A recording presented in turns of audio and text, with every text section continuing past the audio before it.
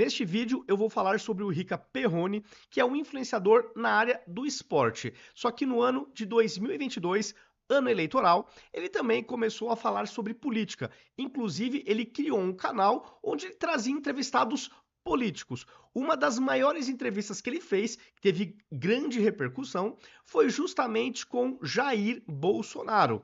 O Rica Perrone, ele tem um viés mais à direita. E, de repente, ele sumiu do mapa. Ele parou de falar sobre política e o seu canal ficou em stand-by. Ele parou de entrevistar políticos. Eu não sabia o motivo. Eis que assisto a uma entrevista dele, uma entrevista recente no podcast, onde ele explica os reais motivos que o fizeram parar de falar de política. E, para mim, isso é tudo menos democrático. Vocês vão entender na sequência o porquê que eu estou falando isso. Ele acabou sendo forçado, para o seu próprio bem, vamos dizer assim, a parar de falar sobre política. Ele foi alertado por políticos da direita e por político da esquerda. Mas sem entrar muito nos detalhes aqui desse vídeo, este vai ser o assunto: o sumiço forçado de Rica Perrone no campo da política.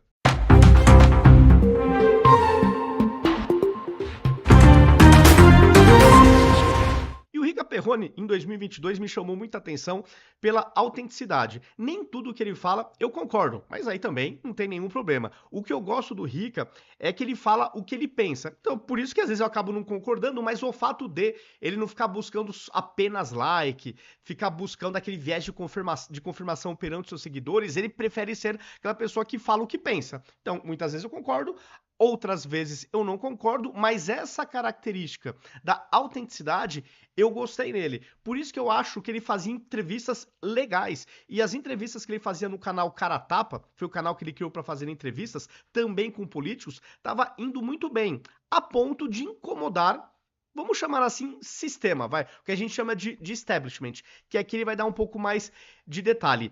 E ele, eu acho que por ter também um viés mais à direita, acabou entrando no radar, que ele vai explicar logo mais para vocês, e acabou por uma questão de prudência e por medo de perder as suas redes sociais e, consequentemente, o seu ganha-pão, ele acabou cedendo. E aqui eu não vou julgar o Rica Perrone por ele ter cedido. Afinal de contas, ele é um jornalista independente, ele é um influenciador que fala de esportes.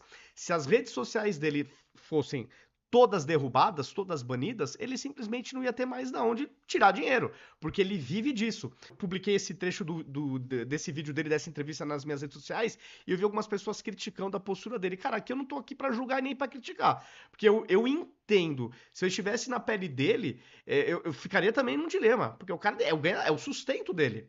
Ele não pode perder essas redes sociais. Tá? Então, assim, só para dar essa introdução que eu acho importante. Mas já me estendi demais, vamos ao que interessa. A explicação que ele deu neste podcast do porquê teve que parar de falar de política. Na sequência, eu faço mais comentários. Vamos dar um play. Tanto que quando acaba a eleição, começa o mandato de 2021, eu faço 3 entrevistas e paro porque eu recebo o recado. Sabe quanto que eu tenho um canal lá de entrevista de 1 milhão de pessoas. Você sabe quanto eu tô deixando de ganhar, né? Sabe o quê? Quanto eu tô deixando de ganhar, né? Você tem hoje essa noção. Faz 1 ano e meio que eu não entrevisto ninguém. Mas que recado que chegou? Que eu tava na lista.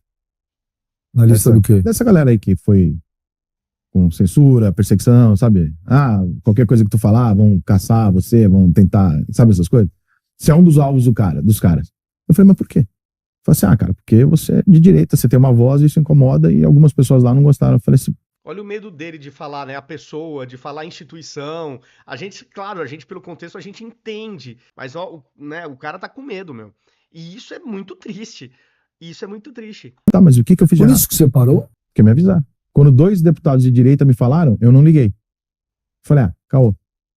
Quando um cara pica da esquerda me ligou, falou, Rica, porra, me amarra em você, cara, preciso te avisar uma coisa. Realmente você é um dos caras que tá na conversa. Tipo assim, você é um dos caras que incomoda. Eu falei, mas o que eu fiz? Eu falei assim, cara, você incomoda. Então, fica esperto. Aí aconteceu o que aconteceu com o Monark, falei, parei e volto quando o Brasil... Por isso teve um tempo que eu perguntei, até teve uma época que eu te mandei mensagem, eu falei, cara, cadê você, Rica? Então, veja, porque assim, pensa comigo, o que eles fizeram com o Monark? Eu não vou entrar no mérito se o Monark tá certo ou tá errado. Isso é outra história, tá?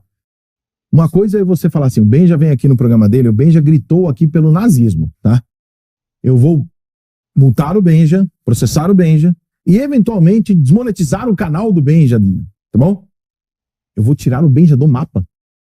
Você não fala mais em lugar nenhum sobre nada? Peraí, Benja. Porque aí me tira o futebol. Aí eu falei, então, por entrevistar pessoas ligadas à política ou ligadas a qualquer área, eu vou correr o risco de perder o futebol? Porra, Benja. Minha parada é o futebol, meu. O outro ali é legal, mas minha parada é o futebol, caralho. Porque eles tiraram o Monark de todas as redes. Eu falei, pô, se eu sofro uma punição desse tipo, eu tô fora de tudo. Eu não ganho mais dinheiro. Literalmente, eu tô na merda. Eu falei, não, peraí, cara, não vou correr esse risco.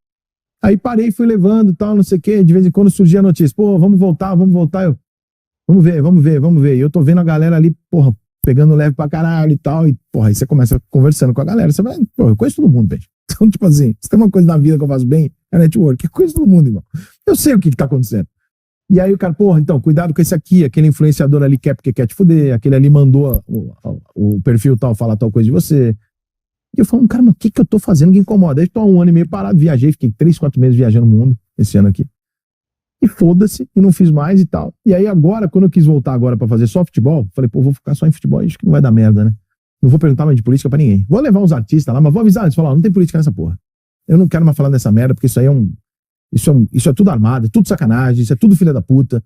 Isso é o que tem de mais sujo nessa merda. Eu não quero me meter com essa porra. Por quê? Porque eu não tenho mais esperança, beijo. Então eu não vou ficar perdendo meu tempo com uma coisa que eu não acredito mais. Eu não acredito mais. Se eu tivesse alguma esperança, o Brasil melhor, não vai rolar, beijo. Não vai rolar, irmão. Isso aqui é uma merda, vai terminar uma merda, vai piorar a cada ano. Nós estamos na mão de um bando de bandido. E vou falar uma última coisa aqui que é para ser polêmico nesse assunto. O que você, brasileiro de esquerda e de direita, está fazendo nesse momento é a maior cagada da história desse país. Nós temos um país absolutamente tomado por políticos bandidos de todos os lados. Sempre foi assim. E na medida que vocês se dividem e blindam 100% de um lado e 100% do outro, vocês estão mantendo os dois na briga pro resto da vida. Porque vocês não estão mais dispostos a mudar de ideia e nem olhar pro outro lado. Vocês estão realizando o sonho da vida dos políticos. Qualquer cara de direita faz a merda que ele quiser, a direita vai defender ele. Qualquer cara de esquerda faz a merda que ele quiser, a esquerda defende ele. O Brasil nunca foi idiota nesse nível. Eles conseguiram o que eles queriam. Então hoje, se eles querem ficar trocando farpinha, lado de lá e lado de cá, rouba daqui, troca pra cá, agora rouba você, pode fazer. Porque a outra galera vai passar pano e vai concordar com tudo. Eles construíram o torcida organizada. Nem o vascaíno vira flamenguista, nem o flamenguista vira vascaíno. Certo? Foi isso que virou. Bom, então aqui o Rica Perrone traz algumas informações. Essa parte final eu não concordo completamente e vou explicar o porquê. Mas antes, eu queria até voltar um pouco no começo da fala dele, né? Porque ele falou, fiquei sabendo, né? Deputados de direita, deputados de esquerda, um deputado pica da esquerda, ele falou, né? Me avisou, você tá realmente no radar dos caras e tal. A gente sabe o que isso significa. Mas eu fico me perguntando, tá no radar porque ele descumpriu alguma lei? Ele descumpriu lei ao falar sobre política, ao entrevistar Jair Bolsonaro em 2022? Que lei que ele descumpriu para incomodar? O incômodo está no sentido legal, constitucional ou não? Porque isso aqui, assim, a gente está numa democracia, né? A gente tem todo o arcabouço legal, a gente tem a Constituição que é a espinha dorsal das regras de uma nação. É nesse sentido que ele está incomodando por afrontar, porque eu acho que numa democracia é isso que deveria importar. Certo? Pelo menos essa é a minha visão de leigo. Então eu fico com essa dúvida. Foi afrontando as leis do Brasil ou não? Porque se não foi, se foi por outras coisas, meu Deus, aí eu acho que é preocupante. Aí eu acho que é preocupante. Se ele jogou dentro das regras previstas, né? Assim, complicado. Bom, aí depois ele traz algumas outras informações. Depois aqui na parte final, ele fala que, bom, ele já tá totalmente pessimista e não tem mais esperança, né? Eu confesso que eu também não tenho esperança na minha vigência, na minha vida. Eu acho que enquanto eu existir nessa minha vida que né, não vai ter mais, não vou ter mais 100 anos de vida, né, sei lá, 30, 40, 20, não sei quanto tempo Deus vai me dar de vida. Mas eu acho que na minha existência, eu também já tô bem desanimado e sei lá, não consigo enxergar que eu em vida vou ver este país prosperar, esse país ultra mega democrático, sabe? Valores morais, enfim, eu também tô meio desanimado, assim como o Rica Perrone, tá? Acho que em vida vai ser muito difícil a gente ver esse país nota 10.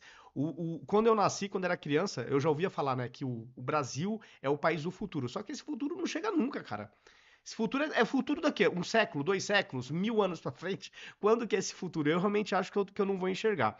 E aqui no final, eu acho que ele fez uma comparação injusta entre esquerda e direita, principalmente quando ele fala, todo mundo rouba, sabe, querendo deixar todo mundo no mesmo nível.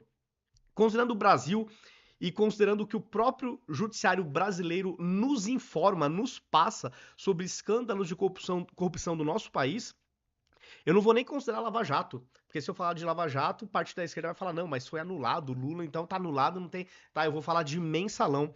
Eu vou falar o que o presidente do STF e o então decano do STF disse quando condenou algumas figurinhas do PT no escândalo do mensalão. Até abrindo aqui um parênteses do porquê eu acho que não dá para comparar, pelo menos do que a gente se sabe, esquerda e direita no campo da corrupção, é óbvio que qualquer país do mundo vai ter corrupção. O ser humano sempre vai existir ser humano honesto e ser humano desonesto. Sempre vai existir aquele ser humano que quer dar uma despertinho em qualquer lugar do mundo. É claro que tem países que as punições são rigorosas e elas realmente acontecem. Então, os números, o escândalo de corrupção acaba sendo menor em alguns países. Mas ela sempre vai existir. É inerente da natureza humana. Ter bom caráter, ter mau caráter, isso é da natureza humana, sempre vai existir e sempre existiu ao longo da história. Então, quando ele fala que tem corrupção em todos os lados, tudo bem. Desse ponto de vista, é verdade. E muitas vezes o presidente da República não sabe do que ocorre no Brasil como um todo, porque debaixo dele tem uma estrutura gigantesca. Tem vários ministérios, cada pasta, cada ministro coloca lá os seus indicados, enfim, a estrutura é gigantesca. Então, sim, eu tenho essa noção que não é porque existe corrupção em governos que necessariamente os presidentes da República sabem. Beleza. E, obviamente, se você for lá com uma lupinha, sempre vai ter um escândalo ou outro. O que diferencia, pelo menos no passado recente, o escândalo de corrupção da esquerda para a direita, me espelhando no mensalão e no que os ministros do STF falaram quando estavam condenando certos petistas, é o seguinte, o que houve no caso do PT, portanto no caso da esquerda no nosso país, no passado recente, 12 anos atrás, quando teve a condenação do mensalão, os magistrados falaram, era um projeto de poder, onde eles estavam vilipendiando as instituições democráticas, estavam vilipendiando a democracia, os magistrados falaram. E para não ficar só aqui no blá blá blá, eu fui na internet resgatar reportagens da época. Vou pegar aqui uma matéria da Folha de 11 de outubro de 2012. Vamos abrir aqui esta reportagem. Aqui fala o seguinte: ministros dizem que projeto de poder de petistas era criminoso, projeto de poder. Não era uma corrupção pontual, era um projeto de poder. O ministro Celso de Mello, mais antigo dos atuais integrantes, na época ele era o decano, disse ontem que o mensalão foi a criação de um projeto criminoso de poder, ao condenar o ex-ministro José Dirceu e 2 ex-dirigentes do PT pelo seu envolvimento. Vou aqui um pouco mais para baixo para não precisar ler toda a reportagem. Aspas, estamos tratando de macrodelinquência governamental, da utilização abusiva, criminosa do aparato governamental, disse Mello. Então, de novo, não era aquela corrupção pontual que, infelizmente, existe em qualquer lugar do mundo. Aqui, pelo que os magistrados falaram na época, era uma coisa mais estrutural. Estava utilizando-se do aparato governamental. É isso que ele está falando. Para o ministro, o processo revelou uma grande organização criminosa que se constituiu à sombra do poder, formulando e implementando medidas ilícitas que tinham por finalidade realização de um projeto de poder. Celso de Mello disse ainda que a falta de escrúpulos dos acusados evidenciou sua avidez por poder e uma ação predatória sobre os bons costumes. O que se rejeita é o jogo político motivado por práticas criminosas, perpetradas à sombra do poder. Isso não pode ser tolerado, não pode ser admitido. E aqui eles falam em golpe, os ministros. O presidente do STF, Aires Brito, que também votou pela condenação, também foi duro com os petistas. Ele afirmou que um projeto de poder foi arquitetado contra as instituições democráticas.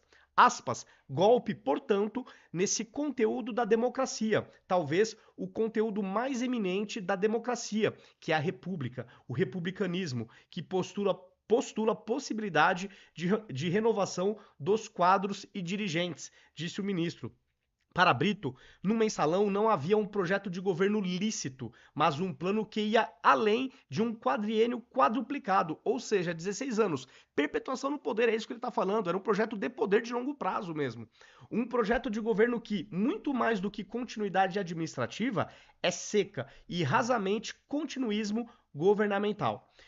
Então, eu fiz questão de resgatar isso aqui, porque eu me lembro desse tempo do mensalão, eu acompanhava, isso ficou marcado pra mim, esses votos, quando eles falavam de projeto criminoso de poder. O próprio Marco Antônio Villa, historiador e jornalista, que naquela época dava ataques histéricos contra o PT, falava muito essa expressão do projeto criminoso de poder, que o Lula tinha por princípio, não ter princípio. Nossa, esse pessoal que acabou mudando depois, né, várias de suas posições, mas eu me lembro muito bem dessa época, por isso que aqui eu acho que foi um erro do Rica, pelo menos se a gente se basear pela história recente do Brasil, de colocar no mesmo plano, né, direita e esquerda quando se fala em corrupção.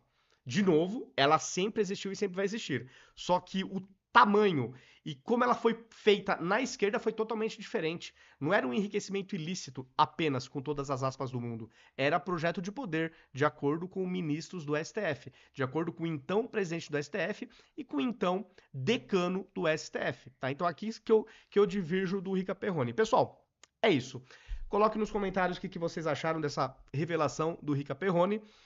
Eu acho que não espanta, né? Eu acho que não espanta, infelizmente. Eu acho que é uma realidade duríssima do nosso país nesses tempos aí que a gente tem vivido, né? Enfim, esse é o meu ponto de vista. Mas coloquem o que vocês percebem disso tudo. Se gostaram do vídeo, compartilhem. Compartilhem nas suas redes sociais, nos seus grupos de WhatsApp, pra gente sair da bolha. Verifiquem se vocês estão inscritos em todas as minhas redes e aproveito também para fazer um convite.